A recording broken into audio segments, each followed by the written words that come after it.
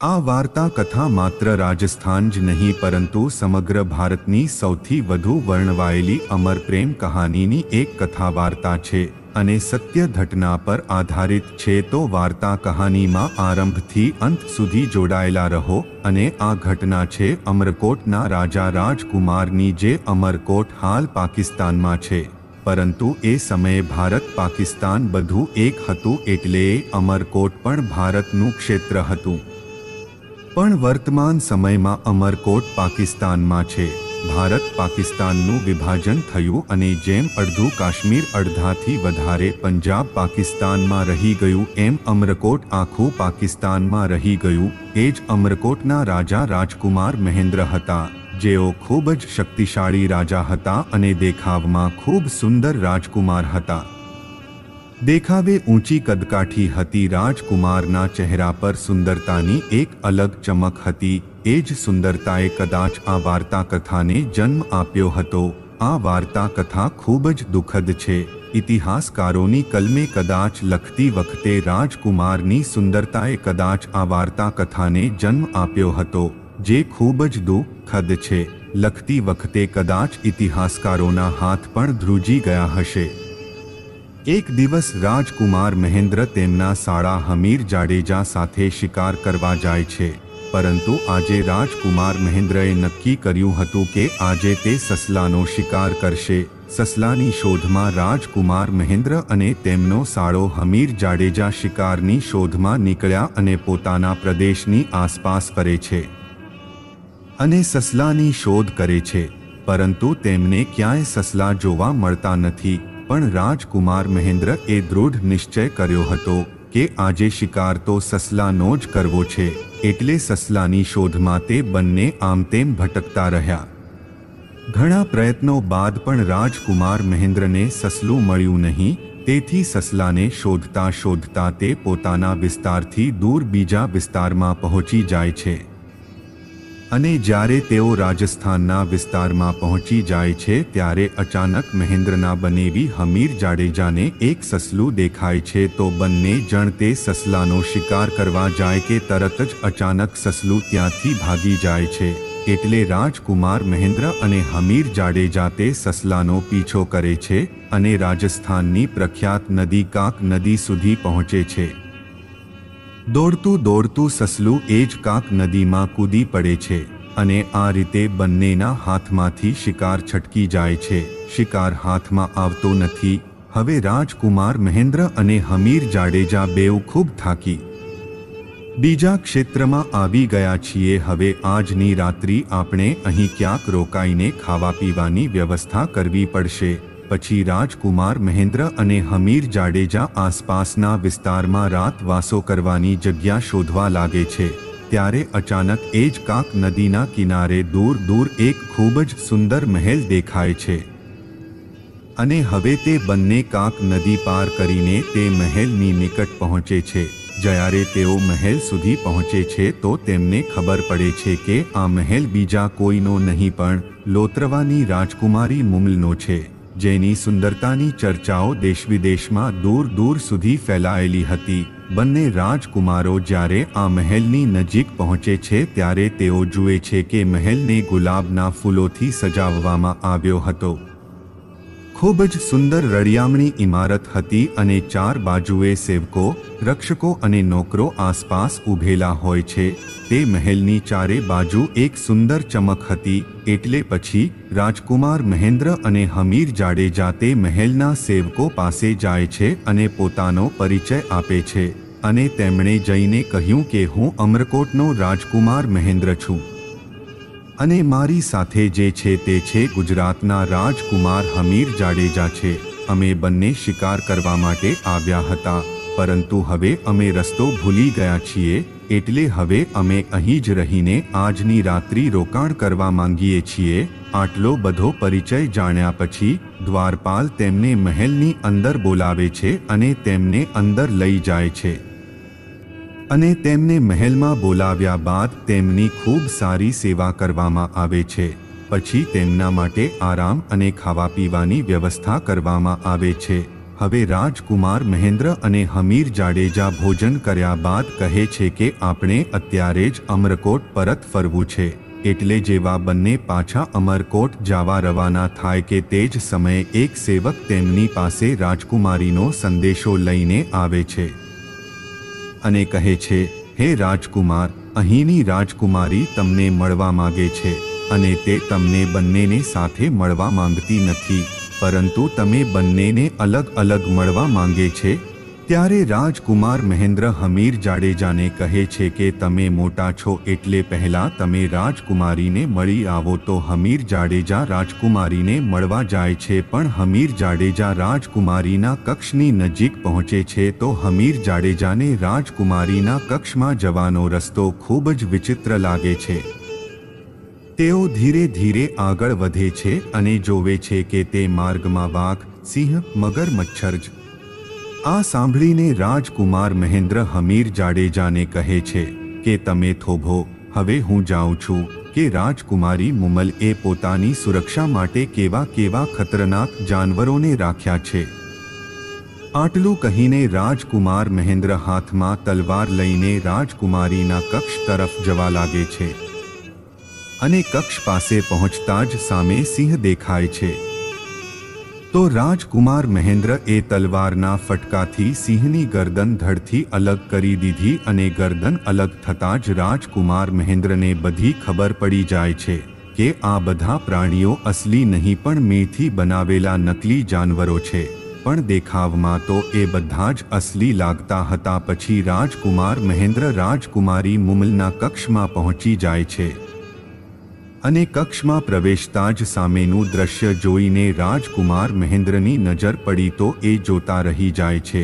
તેમની સામે એક સુંદર રાજકુમારીને ઊભેલી જોવે છે, જેની નસીલી આંખો હતી, ચોટલીથી લઈને પગની પાની સુધી લાંબા કેસ હતા, જેનો ચહેરો ઠંડી રાતની પૂર્ણિમાના ચંદ્ર જેવો હતો। રાજકુમારી રાજકુમાર મહેન્દ્રની સામે ઊભી હતી અને રાજકુમાર મહેન્દ્રની રાહ જોઈ રહી હતી અને એ રાજકુમારી કોઈ સામાન્ય રાજકુમારી નહોતી, લોત્રવા રજવાડાની રાજકુમારી મુમલ હતી। એના સૌંદર્યની ચર્ચાઓ દૂર દૂર સુધીના રાજ્યોમાં ફેલાયેલી હતી। રાજકુમારી મુમલના કક્ષમાં ઊભેલા રાજકુમાર મહેન્દ્રની નજર તે રાજકુમારીના ચહેરા પરથી હટી રહી ન હતી। તેને જોઈને તે મંત્રમુગ્ધ થઈ જાય છે। રાજકુમારી મુમલ દેખાવમાં એટલી બધી આકર્ષિત હતી, એટલી બધી સુંદર હતી કે અપ્સરા પણ તેની સામે ઝાંખી લાગે એની સામું જોનાર કોઈ પણ વ્યક્તિ તેનો કાયલ થઈ જતો હતો। એટલે રાજકુમાર મહેન્દ્ર સાથે પણ એવું જ બન્યું। રાજકુમાર મહેન્દ્ર રાજકુમારી મુમલનું રૂપ જોઈને કાયલ થઈ ગયા અને રાજકુમાર મહેન્દ્રની કદ કાઠી દેખાવ જોઈને રાજકુમારી મુમલ પણ તેમની તરફ આકર્ષાય છે અને પહેલી મુલાકાતમાં બંને એકબીજાના પ્રેમમાં પડી જાય છે અને પછી બંને એકબીજાની સાથે વાતો કરવા લાગે છે। હવે રાજકુમારી મુમલ અને રાજકુમાર મહેન્દ્ર વાતોમાં એટલા ખોવાઈ જાય છે કે એમને એ ખબર નથી રહેતી કે રાત ક્યારે પસાર થઈ ગઈ અને જ્યારે બીજા દિવસે સવારે રાજકુમાર મહેન્દ્ર રાજકુમારી મુમલ પાસે પોતાના રાજ્યમાં પાછા ફરવાની પરવાનગી માંગે છે તો રાજકુમારી મુમલ રાજકુમાર મહેન્દ્રને રોકે છે। પછી તે જ સમયે રાજકુમારીએ તેના લગ્નનો પ્રસ્તાવ રાજકુમાર મહેન્દ્ર સામે મૂકી દીધો। આ સાંભળીને રાજકુમાર મહેન્દ્ર કહે છે કે હું આ પ્રસ્તાવને સ્વીકારી શકતો નથી, કારણ કે રાજકુમાર મહેન્દ્રની મહેલમાં પહેલાથી જ 6 રાણીઓ હતી, પરંતુ તે બંને હવે એકબીજાથી અલગ થવા માંગતા ન હતા। ત્યારે રાજકુમારી મુમલે રાજકુમારને કહ્યું, હે રાજકુમાર, તમે અહીંથી એક શરત પર જઈ શકો છો અને તમારે મને વચન આપવું પડશે। રાજકુમારી મુમલે શરત મૂકી હતી કે તમારે દરરોજ મને મળવા આવવું પડશે। રાજકુમાર મહેન્દ્ર એ રાજકુમારી મુમલની આ શરત સ્વીકારી લીધી અને શરત સ્વીકાર્યા બાદ તે હમીર જાડેજા સાથે અમરકોટ જવા નીકળી પડે છે। પરંતુ અમરકોટ આવ્યા પછી રાજકુમાર મહેન્દ્રને ક્યાંય ચેન પડતું નથી। બધે જ રાજકુમાર મહેન્દ્રને રાજકુમારી મુમલ નજરે આવી રહી હતી, કારણ કે રાજકુમારી મુમલ એટલી ખૂબ જ સુંદર હતી કે રાજકુમાર મહેન્દ્ર એની ઉપર મોહિત થઈ ગયા હતા અને હવે તો બંને ખૂબ જ નજીક આવી ગયા હતા. પરંતુ રાજકુમાર મહેન્દ્ર અંદરથી ખૂબ ચિંતિત થાય છે કે અમરકોટથી લોત્રવા સુધીનું 100 માઇલનું અંતર તે ઓછા સમયમાં રોજ કેવી રીતે કાપી શકે. પરંતુ રાજકુમાર મહેન્દ્ર એ રાજકુમારી મુમલને વચન આપ્યું હતું કે તે દરરોજ તેને મળવા આવશે. રાજકુમાર મહેન્દ્રથી રાજકુમારી મુમલને આપેલું વચન પણ તોડી શકાય એમ ન હતું. આ પ્રકારની ચિંતા લઈને રાજકુમાર મહેન્દ્ર એક ઊંટ પાલક પાસે પહોંચી જાય છે અને તેની પાસે જઈને કહે છે કે હે ભાઈ, શું તમારી પાસે એવો કોઈ ઊંટ છે કે જે મને થોડા જ સમયમાં લોત્રવામાં લઈ જઈ શકે અને સવાર પહેલા મને અમરકોટ લઈ આવે? પછી તે ઊંટ માલિક રાજકુમાર મહેન્દ્ર પાસે પોતાનું સૌથી ઝડપી ચિતલ નામનું ઊંટ લઈને આવે છે અને તેમને આપે છે. હવે ચિતલ નામના એ ખૂબ જ તેજ ગતિથી દોડવાવાળા ઊંટ પર સવાર થઈને રાજકુમાર મહેન્દ્ર તે રાત્રે રાજકુમારી મુમલને મળવા જાય છે અને સવાર પડતા જ તે ત્યાંથી પરત ફરી પોતાના રાજ્ય અમરકોટ પરત ફરે છે. લગભગ 7 થી 8 મહિના સુધી આવું ચાલી રહ્યું. હવે દરરોજ રાત્રે રાજકુમાર મહેન્દ્ર રાજકુમારી મુમલને મળવા જતા અને સવાર પહેલા તેઓ પોતાના રાજ્ય અમરકોટ પરત ફરતા અને તે કોઈને પણ કહ્યા વગર ચૂપચાપ તેમના રૂમમાં જઈને આરામથી સૂઈ જતા હતા. ધીરે ધીરે રાજકુમાર મહેન્દ્રની અન્ય 6 રાણીઓને પોતાના પતિ પર શંકા થવા લાગે છે. તેથી એક દિવસ બધી રાણીઓ એક સાથે મળીને સૌથી નાની રાણી પાસે જાય છે અને રોજ રાત્રે રાજકુમાર મહેન્દ્રના ગુમ થવાનું કારણ પૂછે છે. કારણ કે રાજકુમાર મહેન્દ્ર છેલ્લા 8 મહિનાથી પોતાની રાણીઓને સમય આપી શકતા ન હતા અને આ વાતથી તે રાણીઓના મનમાં શંકા ઉત્પન્ન થઈ ગઈ હતી. હવે એ બધી રાણીઓ નાની રાણી પાસે પહોંચતા જ એ વખતે નાની રાણી જવાબ આપે છે, જેટલી તમને ખબર છે એટલી જ મને ખબર છે. હું પણ એ નથી જાણતી કે આપણા રાજકુમાર મહેન્દ્ર ક્યાં જાય છે. બધી જ રાણીઓએ વિચાર કરે છે કે આખરે આપણા પતિ રાતના સમયે કયા જાય છે. ખબર નથી કે તેઓ કયા અને કોને મળવા જાય છે. એના પછી રાજકુમાર મહેન્દ્રની તમામ રાણીઓ રાજકુમાર મહેન્દ્રની માતા પાસે જાય છે અને માતાજીને આ સમગ્ર ઘટનાની જાણકારી આપે છે. તો તે જ સમયે રાજકુમાર મહેન્દ્રની માતા સૌથી નાની રાણીને પૂછે છે કે હે વહુ રાણી, રાજકુમાર જ્યારે ઘરે પાછો આવે છે ત્યારે તે કેવી હાલતમાં હોય છે? સાસુમાના પ્રશ્નનો ઉત્તર આપતા નાની રાણી કહે છે કે તેઓ પરસેવાથી સંપૂર્ણપણે ભીંજાઈ ગયા હોય છે. આ સાંભળીને રાજકુમાર મહેન્દ્રની માતા નાની રાણીને કહે છે કે જે સમયે રાજકુમાર મહેન્દ્ર પરસેવાથી ભીંજાઈને આવે છે ત્યારે તેના વાળમાંથી ટપકતા પરસેવાનું પાણી લઈ આવજો. હવે નાની રાણી પણ એવું જ કરે છે. હવે તે રાજકુમાર મહેન્દ્રના વાળમાંથી ટપકતું પરસેવાનું પાણી એક વાસણમાં ભેગું કરીને સાસુમા પાસે લઈ આવે છે અને રાજકુમાર મહેન્દ્રની માતાજીને ખબર પડી જાય છે કે આ પાણી કાક નદીનું છે.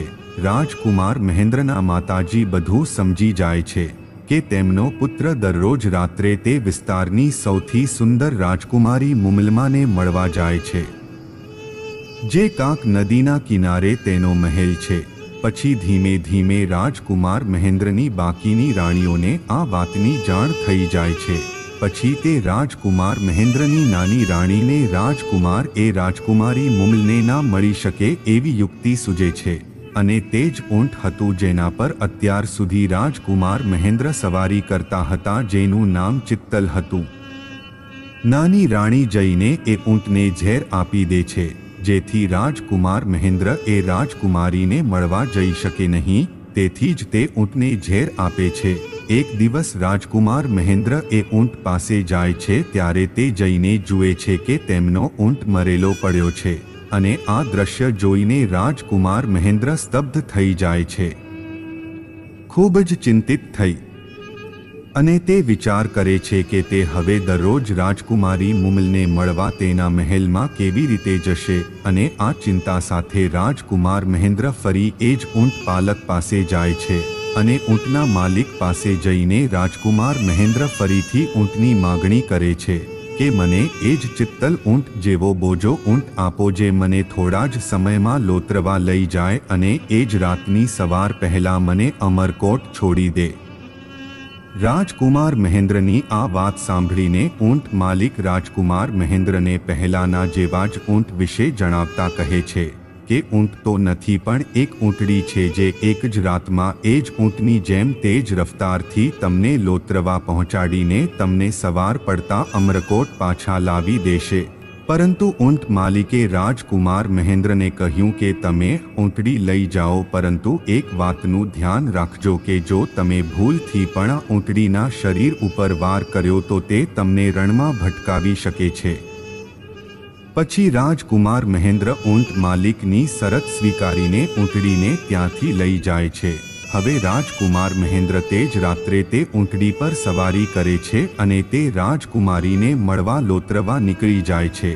પણ રાજકુમારીને મળવાની ઉતાવળમાં રાજકુમાર મહેન્દ્ર ઊંટડીના શરીર પર વાર કરે છે, માર મારે છે અને ઊંટડી બેકાબૂ બની જાય છે। તે તરત જ ઊંટડી રાજકુમાર મહેન્દ્રને એ રસ્તેથી વિચલિત કરી દે છે। બીજી તરફ લોત્રવાના મહેલમાં રાજકુમારી મુમલ પોતાની સખીઓ સાથે રાજકુમાર મહેન્દ્રના આગમનની રાહ જોઈ રહી હતી તો રાજકુમારી મુમલની બહેન સોમલ પોતાની બહેનનું મનોરંજન કરવા માટે પુરુષનું રૂપ ધારણ કરે છે અને બંને બહેનો સાથે રમે છે અને રમતા રમતા બંને સૂઈ જાય છે। પરંતુ રાજકુમારી મુમલની બહેન સોમલે તેની બહેન સાથે રમતી વખતે પુરુષનો વેશ ધારણ કર્યો હતો।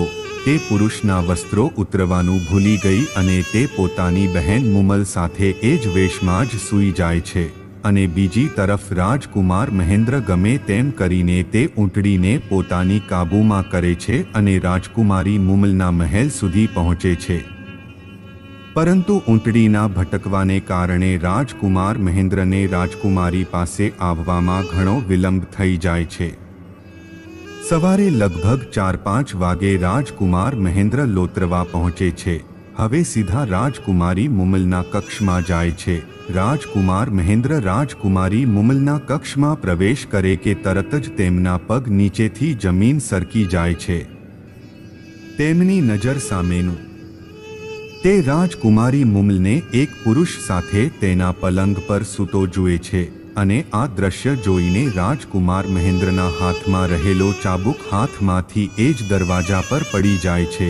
હકીકતમાં રાજકુમારી મુમલની સાથે કોઈ પુરુષ સૂતો ન હતો, પરંતુ રાજકુમારીની બહેને પુરુષનું રૂપ ધારણ કર્યું હતું। તે સુમોલ હતી, તે ઊંઘી રહી હતી, પરંતુ રાજકુમાર મહેન્દ્રને એ ખબર ન હતી કે તે રાજકુમારી મુમલની બહેન સોમલ છે।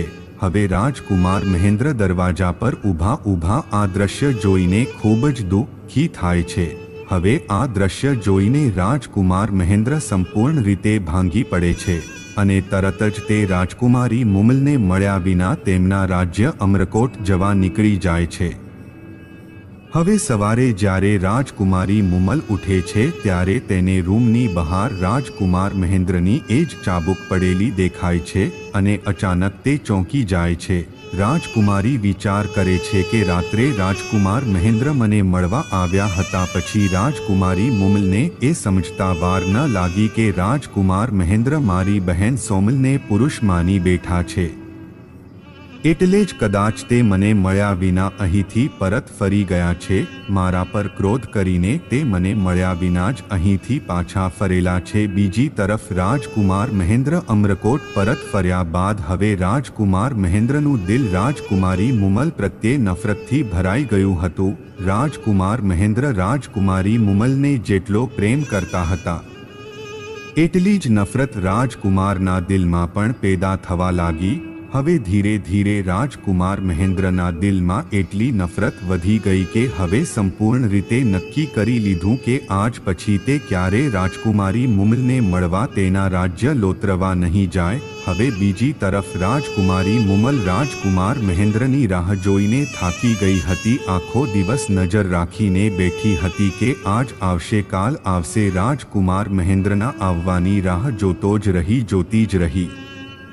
પરંતુ તે દ્રશ્ય જોયા બાદ રાજકુમાર મહેન્દ્ર તે દિવસ પછી ક્યારેય રાજકુમારી મુમલના રાજ્યમાં ગયા નહીં. હવે રાજકુમાર મહેન્દ્રે પોતાની અન્ય રાણીઓ સાથે પોતાના મહેલમાં સમય પસાર કરવા લાગે છે. હવે સમય ધીરે ધીરે પસાર થાય છે. હજી પણ રાજકુમારી મુમલ રાજકુમાર મહેન્દ્રના આવવાની રાહ જોઈ રહી હતી.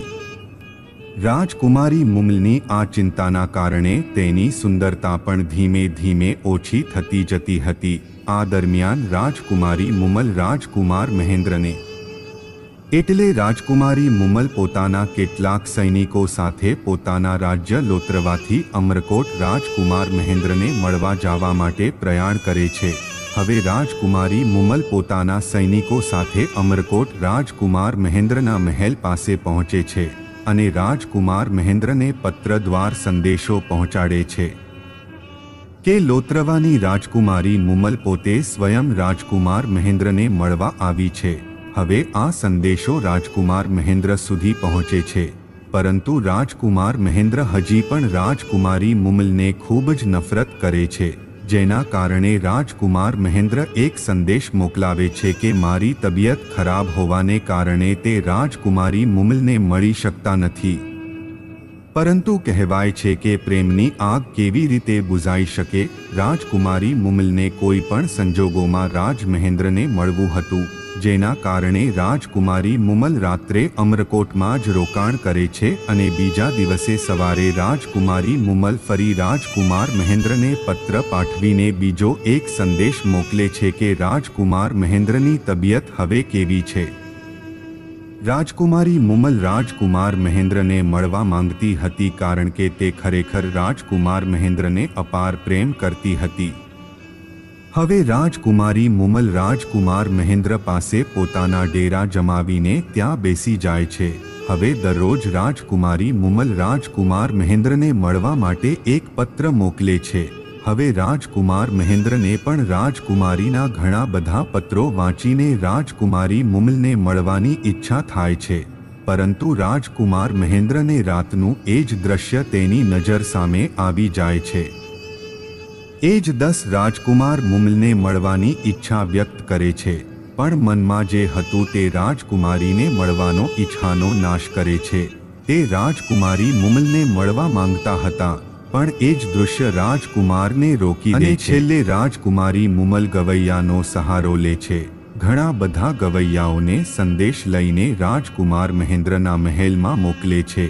ગાવૈયાઓ ત્યાં જઈને જે દૃશ્ય રાજકુમાર મહેન્દ્ર એ જોયું હતું, રાજકુમારી મુમલની પાસે પુરુષ વેશમાં એની બહેન સુમોલ સૂતી હતી અને રાજકુમાર મહેન્દ્ર પુરુષ સમજી બેઠા હતા અને અર્થનું અર્થઘટન થઈ ગયું. એ ઘટનાને ગવૈયાઓ પોતાના ગીતના માધ્યમથી રાજકુમાર મહેન્દ્રને એ સમજાવવાનો પ્રયાસ કરે છે કે નજરે જોયેલું અને કાને સાંભળેલું પણ સત્ય નથી હોતું. પછી રાજકુમાર મહેન્દ્રને મુમલને મળવાની પૂરી ઈચ્છા થઈ જાય છે, પરંતુ તેને મળતા પહેલા રાજકુમાર મહેન્દ્ર રાજકુમારી મુમલની છેલ્લી પરીક્ષા લેવા માંગતા હતા. હવે રાજકુમાર મહેન્દ્ર પોતાના એક દરબારીને પોતાની પાસે બોલાવે છે અને રાજકુમારી મુમલને એક સંદેશો મોકલાવે છે. રાજકુમાર મહેન્દ્ર તેના દરબારીને કહે છે કે તમે રાજકુમારી મુમલ પાસે જાઓ અને કહો કે રાત્રે એક કાળો નાગ રાજકુમાર મહેન્દ્રને કરડ્યો છે. આ કારણે રાજકુમાર મહેન્દ્રનું મોત થયું છે અને બીજા દિવસે સવારે રાજકુમાર મહેન્દ્રનો દરબારી રાજકુમારી પાસે જાય છે અને રાજકુમારી મુમલ પાસે જઈને રડે છે અને કહે છે કે રાજકુમારી મુમલ, આજે ખૂબ જ દુઃખદ સમાચાર છે. ગઈકાલે રાત્રે રાજકુમાર મહેન્દ્રને કાળા નાગે ડંખ અને જેના કારણે રાજકુમાર મહેન્દ્રનું મોત થઈ ગયું છે. તેઓ હવે આ દુનિયામાં નથી રહ્યા. હવે રાજકુમારી મુમલના કાનમાં આ શબ્દો પડતા રાજકુમારી મુમલ જમીન પર બેભાન થઈ અને પડી જાય છે અને રાજકુમારી મુમલ ત્યાં જ પોતાનું જીવનું બલિદાન આપી દે છે અને એ ઘટના ખૂબ જ દુઃખદ હતી. અને એના પછી જ્યારે રાજકુમાર મહેન્દ્ર સુધી આ સમાચાર પહોંચ્યા કે રાજકુમારી મુમલ તમને ખૂબ પ્રેમ કરતી હતી, જ્યારે તેને તમારા મૃત્યુના સમાચારની જાણ થઈ ત્યારે તેણીએ ત્યાં પોતાના જીવનું બલિદાન આપ્યું છે. તો આ સમાચાર સાંભળીને રાજકુમાર મહેન્દ્રને પણ મોટો આંચકો લાગે છે કે તેની એક નાની પરીક્ષાના કારણે રાજકુમારી મુમલ, જે તેના જીવન કરતાં વધુ મને પ્રેમ કરતી હતી, તેણીએ પોતાના પ્રાણ ત્યાગી દીધા. પછી રાજકુમાર મહેન્દ્ર રાજકુમારી મુમલના દીવાના થઈ જાય છે અને રાજકુમારી મુમલની યાદોમાં અને પસ્તાવો કરતા રાજકુમાર મહેન્દ્ર પણ પોતાના જીવનનું બલિદાન આપે છે. તો આ હતી રાજસ્થાનની સાચી પ્રેમ કહાની, જેની પ્રેમની મિસાઇલ આજે પણ જાણીતી છે. તેનું વર્ણન કરતી વખતે કદાચ ઇતિહાસકારોની આંખો ભીની હશે અને આજે પણ મહેન્દ્ર અને મુમાલના પ્રેમની આ દુઃખદ કહાની લોટરવાના મહેલની દિવાલોને કહે છે, હું તમને તે પીડાની યાદ અપાવું છું. તમને આ વાર્તા કેવી લાગી?